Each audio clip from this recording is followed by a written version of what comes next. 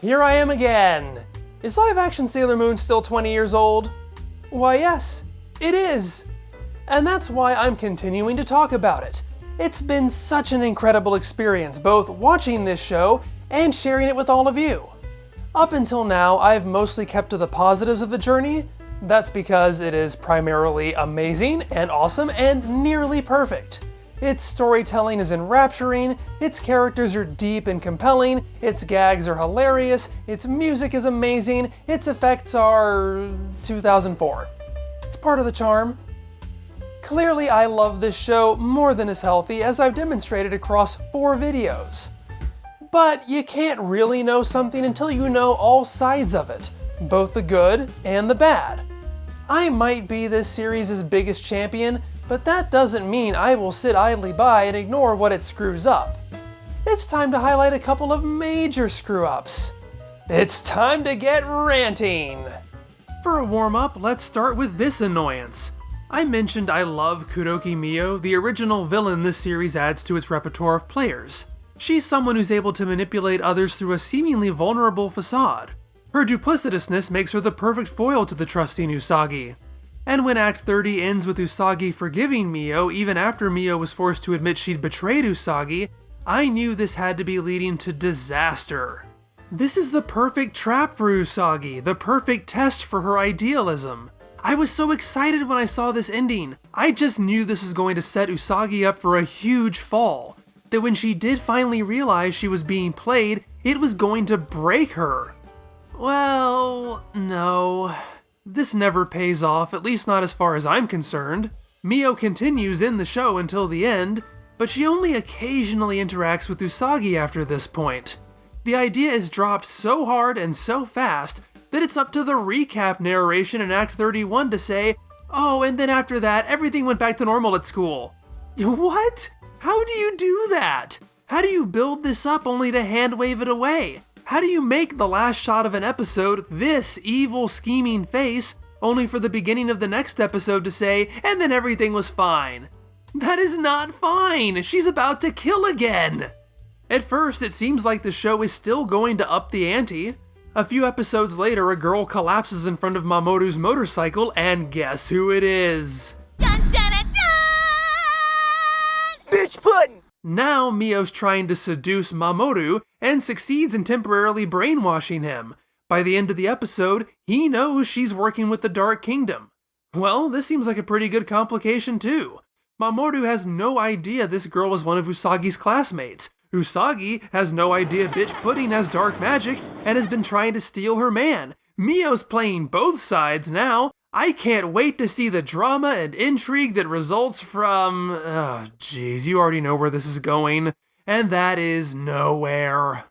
Actually, Mio's role in the latter parts of the series is to babysit Mamoru after he's taken to the Dark Kingdom. And don't get me wrong, it is a lot of fun seeing Mio taunt and flirt and chew the scenery. Even when she's only in the background of scenes, she's amazing. She has the cutest outfits. I want that bed. But it's still disappointing because it seemed like she was being set up for much, much more than just B-string baddie. And Mio being straight up evil just isn't nearly as engaging as her being duplicitous. All of that is disappointing, but still fun. Here's where it gets stupid. In Act 42, Mamoru arrives to help Usagi in a battle. Then Mio shows up to remind him of the magic painting his life is tied to. It's a long story. And this is it! The jig is up! Mio has revealed herself to Usagi.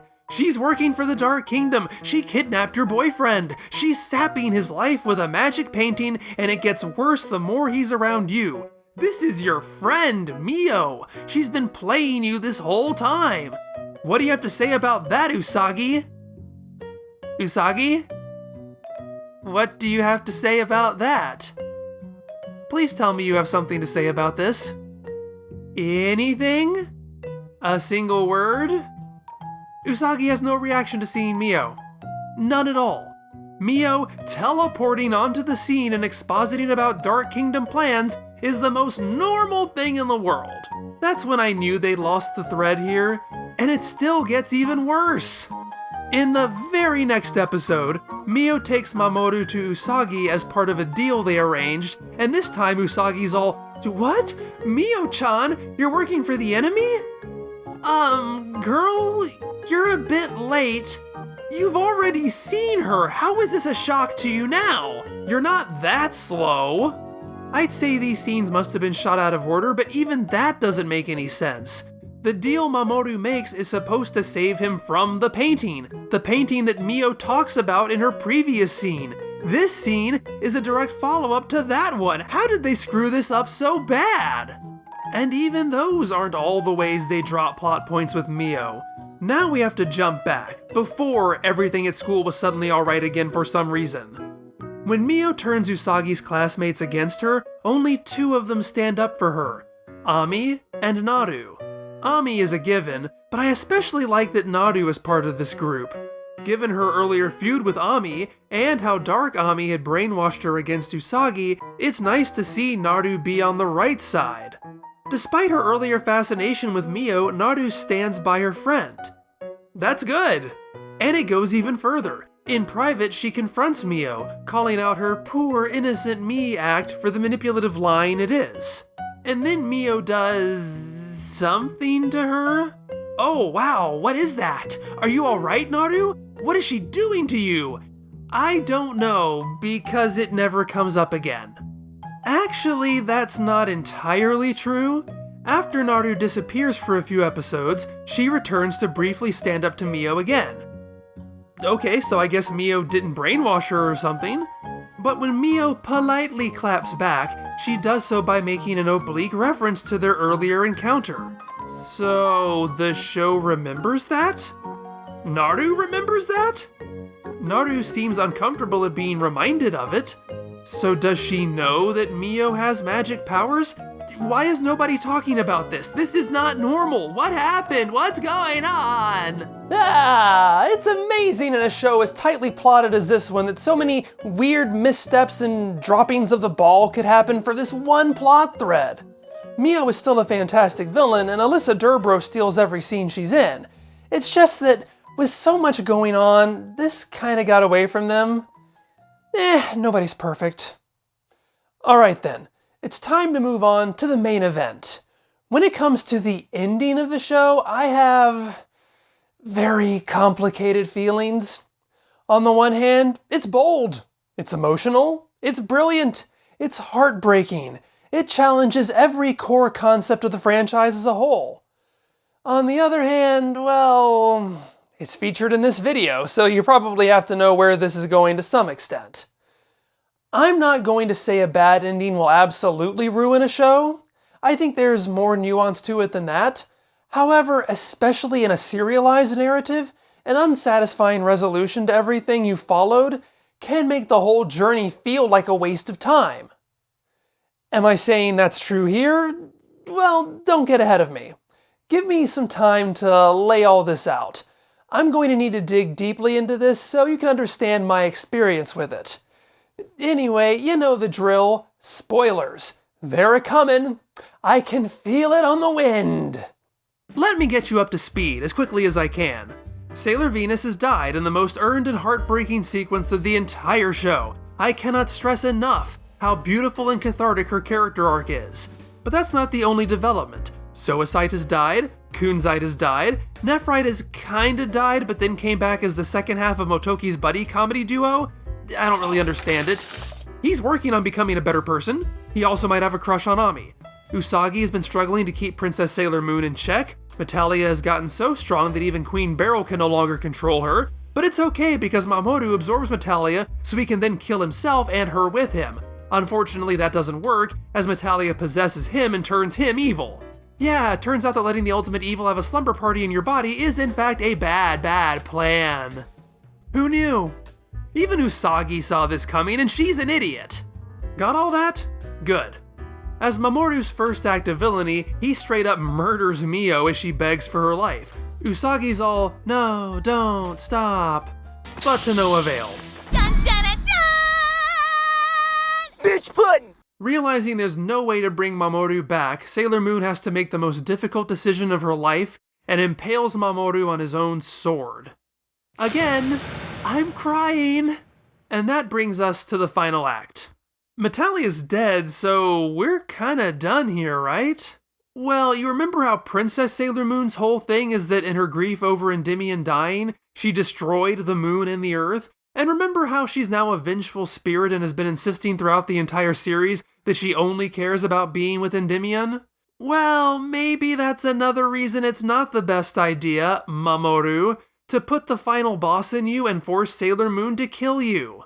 I'm just saying, you really didn't think this one through, dude. Needless to say, this whole experience has kinda broken Usagi. I just love the terrified reactions of the other girls as they slowly piece together what's about to happen and realize how absolutely screwed they all are. Even Queen Beryl just nopes right out of there. She's no fool. So let's break this down. In the original manga, Usagi and Mamoru stand against Queen Metalia as the final boss. In the animated series, Usagi stands against a mutated hybrid of Queen Beryl and Queen Metalia as the final boss. The final villain in live-action Sailor Moon is... Sailor Moon! Ooh, way to subvert my expectations! How bold! How... Ryan Johnson. What happens to Queen Beryl? Well, she stands in the ruins of her crappy cave kingdom as it collapses around her. Jadeite, her only remaining flunky, refuses to leave because he needs mommy. Beryl's had enough, saying she's tired of playing make-believe queen, which is just an amazing bit of self-insight. She relinquishes her control over Jadeite, but Jadeite still refuses to leave her, declaring that he's decided she's his true master after all. Beryl calls him a fool, but can't help but smile at this genuine display of fealty she's always wanted. It's a moment that gets at the heart of the character, her loneliness and envy, right before they're both unceremoniously crushed by rocks. The evil overlord goes out like a chump? Way to subvert my expectations. How Okay, alright, I'm done. The gist is, sailors Mercury, Mars, and Jupiter resolve to either bring Usagi back to her senses, or, if necessary, fight her to stop her. Amazingly, shockingly, they lose. Princess Sailor Moon makes good on her threat, but only after she hits her mark, and blows up the entire world with nothing but the best CG a 2004 television budget can buy. Yeah, Sailor Moon just blew up the world. This ending goes hard, and that's all before the commercial break. Usagi comes to in the ruins of the world, horrified by what she has done. I promised not to blow up the world. Yeah, when you put it like that, it sure seems like an easy promise to keep, right? Oh well. Mamoru appears to her and says she can use the silver crystal to save the world, but at the cost of her own life. They stage the sacrificial act as a wedding ceremony, and just like in their past lives, they die together hand in hand. The world has been rebuilt, but without any memory of Usagi. How bittersweet, but how courageous a direction in which to take the story. Usagi sacrificed her own life to undo the damage she caused. Mamoru gave up his very identity for an opportunity to take down the ultimate evil. Minako fought through her illness to the bitter end to help get everyone else on the right track. And now, nobody will ever know. There have been so many sacrifices to achieve this happy ending, but at least Ami, Rei, and Makoto get another chance at... Wait, what? No.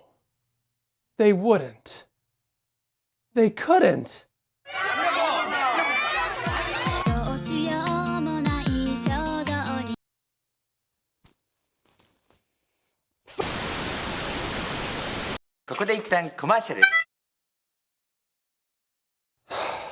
All right.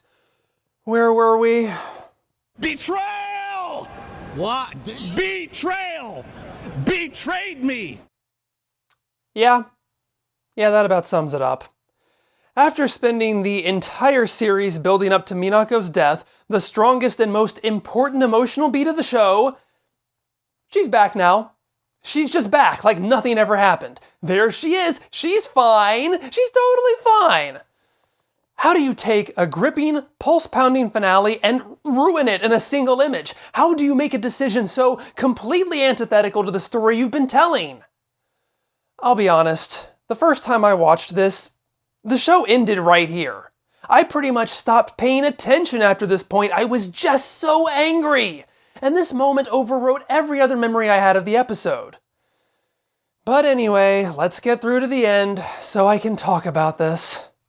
After that happens, the girls vaguely remember what they're missing. Usagi and Mamoru appear in a void. The princess gives Usagi her life back due to being remembered, the power of friendship. The Shiteno give Mamoru his life back through the magic painting. Everyone reunites, there are no consequences at all, the end. Tossing out all the interesting ideas of your story in order to fall back on easy and comfortable familiarity? How very J.J. Abrams of you. Now, I've been only somewhat facetiously comparing Final Act to the trajectory of the Star Wars sequel trilogy. Heck, when I first saw the final episode, I sent a text to Lady Xeon saying that it sure is a shame The Last Jedi never got a sequel, which is our shorthand for this is so bad it needs to be ignored. In truth, after some time to reflect, I'd argue they're similar, but they're not the same thing. The Rise of Skywalker systematically undoes every interesting thing the previous two movies had set up, tells you, no, none of that stuff actually happened in the first place. It retroactively makes the previous two movies worse. This doesn't do that. It does undo most of the interesting ideas, but it doesn't say none of those things you invested in never actually happened. It just resolves them in a very unsatisfying way. It's cheap and terrible and far too easy, but it doesn't technically make the preceding events worse, which means it's not as far-reaching in the damage it does. That is splitting hairs. I'm not defending this. I'm just saying that it's better than The Rise of Skywalker, which is the most insulting compliment I could ever give something. So, I have a huge problem with this ending, and yes, some of it is my gut emotional reaction, but a lot of it is actually rooted in the structure of the storytelling, and I hope I can adequately get all that across to you. Here's the thing, it's not that I don't want a happy ending. I like happy endings, but happy endings have to be earned. I hope I've managed to impress upon you just how dire everything had gotten prior to and including the final act. I get they wouldn't want to end their show with half their main heroes permanently dead, but that's just it. They decided to raise the stakes that high. And the higher the stakes are raised, the more you make the audience genuinely question, how could they possibly pull a win out of this? The harder you have to work to make that win believable. And that's where this loses me. After spending so many episodes bringing the characters to their lowest point, everything's brought back to normal in a matter of minutes. For me, the most devastating aspect of this ending is bringing Minako back to life.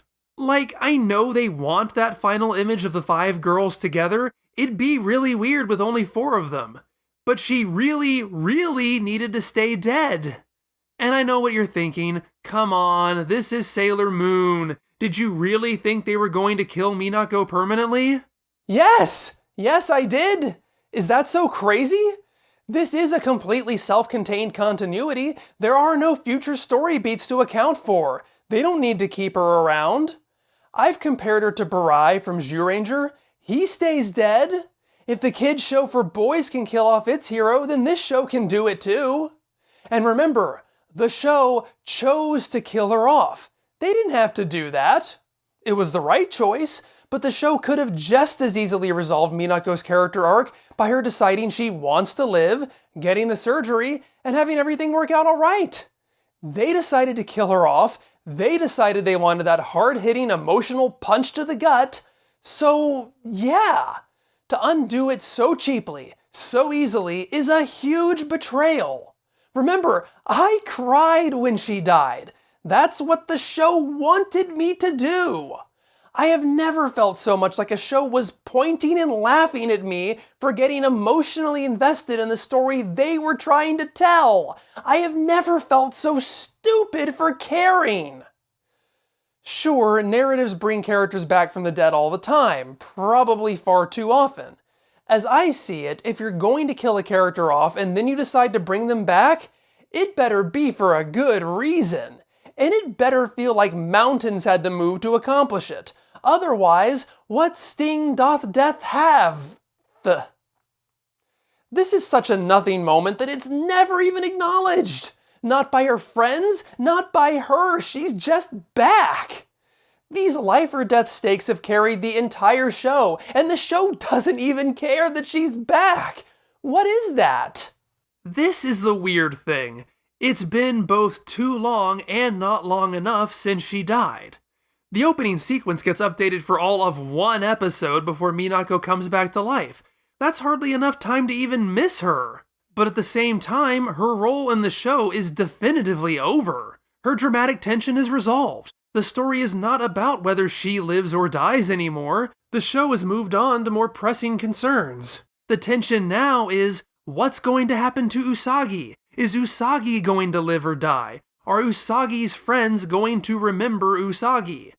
There's not enough bandwidth to center both of those stories at the same time. Because of that, there's no opportunity to care about Minako's magical resurrection. So after I praised this show for solving the Sailor Venus problem, for giving Minako an identity and focus, the final episode just shoves her into the background, present, but with absolutely no role, because what else can you do with her? Think about the momentum of this episode. Which characters are driving the plot? See, the word Usagi is probably said in this episode more often than any other word. Usagi-chan! Usagi! Usagi-chan! Usagi! Usagi! Usagi-chan! Usagi-chan! Usagi-chan! Usagi! Usagi! Usagi! Usagi-chan! Usagi! Usagi! Usagi-chan! Her friends spend the entire first half of the episode calling out to her, trying to reach her and failing. In the second half, the fact that they finally do remember her and call out to her is what allows Usagi to come back to life. Who is this centering?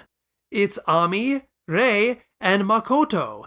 They're the heroes of this finale. They're the ones trying to reach Usagi. They're the ones we've been following. So in the last 5 minutes, when it's suddenly Ami, Rei, Makoto, and Minako reaching out to Usagi, it's jarring, to say the least. What are you doing here? And remember, I love this version of Minako. I don't have some kind of bloodlust for her. I don't long for her miserable death. I want her to be around. But when you write such a powerful cap to a character arc, don't force her in where she doesn't belong just for the sake of a stock happy ending.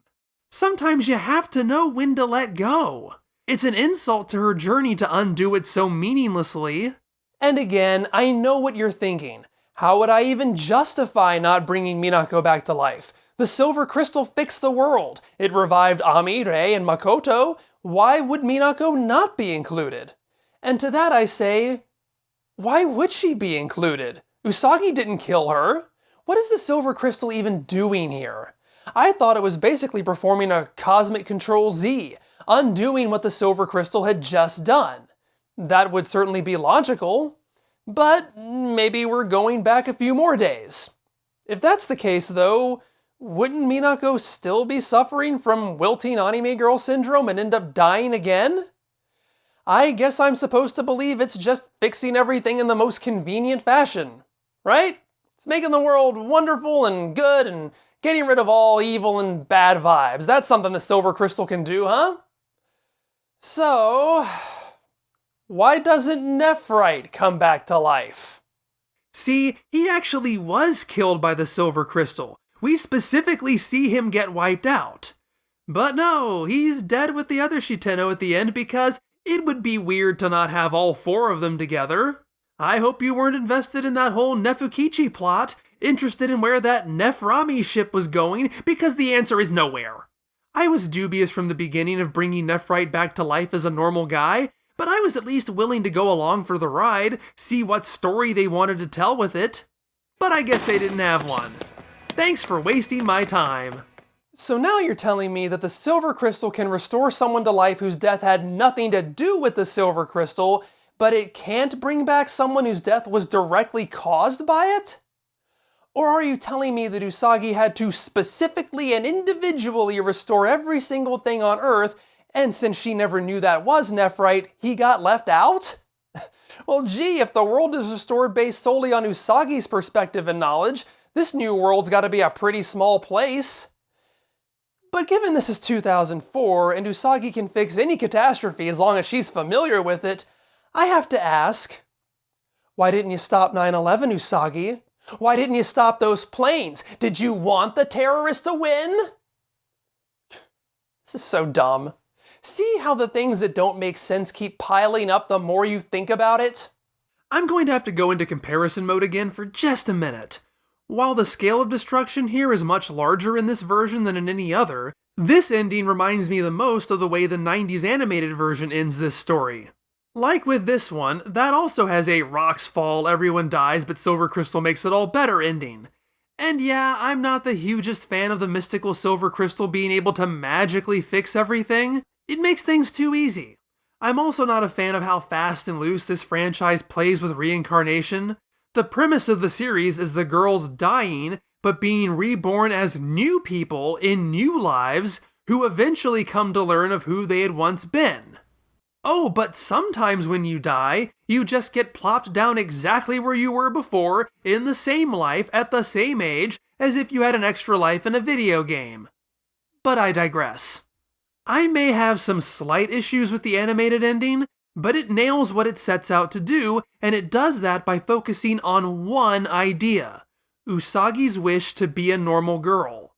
Her monologue as she dies is so human and so heartbreaking, recounting all the silly trials and tribulations she would go through in her regular life, asserting how much she misses that and wishing she could go back to it. Then she wakes up and gets to.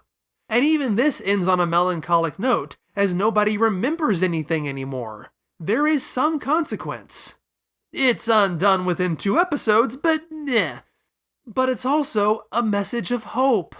I still get a little choked up every time I hear Artemis reassure Luna by saying, now they get to meet each other all over again. At the end of the day, we're just having to accept this one outlandish thing. The heroes die in battle. Sailor Moon carries on just long enough to make it all better with the Silver Crystal. Here is the problem, here is the solution. It might not be perfect, but it's not asking so much of me that I can't look past the issues. In PGSM, we're asked to accept so many different things, so many convenient and unrelated and underexplained escape routes. Sailor Moon destroys the world, Sailor Moon fixes the world with the crystal. Usagi dies by fixing the world, Usagi lives because her friends remember her. Usagi's friends lose their memories, Usagi's friends get their memories back later that same day because friendship, I guess. Mamoru is impaled. Mamoru comes back to life because of magic painting. Minako dies of illness or surgery or something. Minako comes back to life because, I don't know, c'est la vie. It just asks us to accept too much, and that's why it feels too easy. What an amazing coincidence that all of these things happen somehow. The only thing I truly can't forgive is how they trampled all over Minako's death. Like with Rey being nobody, Rey from Star Wars, not Sailor Mars, I could have accepted everything else if that all-important element had been left alone. But no, this ending goes so hard until the moment it doesn't. And that's incredibly disappointing. I can even understand how it could ruin the series for you. It came close to doing so for me. But after I cooled down, about a month later, I came back to the finale and watched it again. There is a lot to really like here. Princess Sailor Moon making good on her threat is a powerful way to go out. Beryl gets to express her humanity. Ami, of all people, is the one insisting they need to kill Usagi.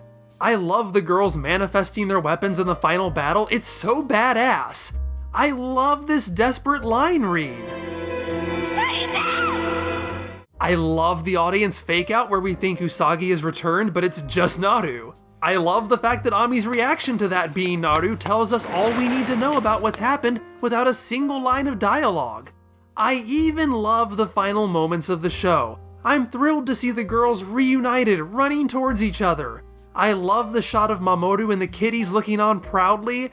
I love the song Friend. I love the end credits montage. I love the final shot and its message of see you again. All of those elements, divorced from their greater context, are amazing. The sum of Final Act's parts is far greater than the whole, but there are enough of those parts that I'm still invested in what it's doing, in spite of itself. That it tries to accomplish too much but doesn't quite hit the mark, however, is why it's not like Rise of Skywalker. This ending absolutely swings for the fences, which I can respect. It's not a grand slam, but it hits the ball. It hits the ball pretty darn far. It might swing so hard it craps its pants, but look how far that ball is going. This is still the show I love. It's incredibly disappointing in some ways, but I can still see within this one episode all the things I love about it. Its risk-taking, its emotion, its character. Believe me, it took me some time to get there, and I still hold it to its mistakes. It diminishes the story for me, but it doesn't ruin it. So here we are. What else is there to talk about now that the series is over? Well, believe it or not, there is still more! Next time we explore PGSM from outside the series proper, as there are several additional installments, from a sequel to a prequel to a live show to a dance lesson? We have one last stop on our 20th anniversary celebration. I think. The previous 3 videos were originally supposed to be one video, so what do I know? I do love to hear myself talk. Well, hopefully you do too. If you'd like to hear me talk before anybody else, consider joining my Patreon. We have a private Discord, we have early access, we have name in the credits, and you have my undying gratitude for helping me out. Check out more tokusatsu cheesiness with Mighty Morphin Zyurangers, and of course my ongoing series Dragon Ball Dissection. Special thanks to Lady Zeon, Demon Ren, and Girl Krillin for being wonderful inspirations and sounding boards as I shared this show with them, as well as just being great friends. And thanks as always to Miss Dream and Sea of Serenity for their amazing resources. In the name of disappointing endings, I will try not to also do that. In my ending. Not this ending, this doesn't count, the actual ending.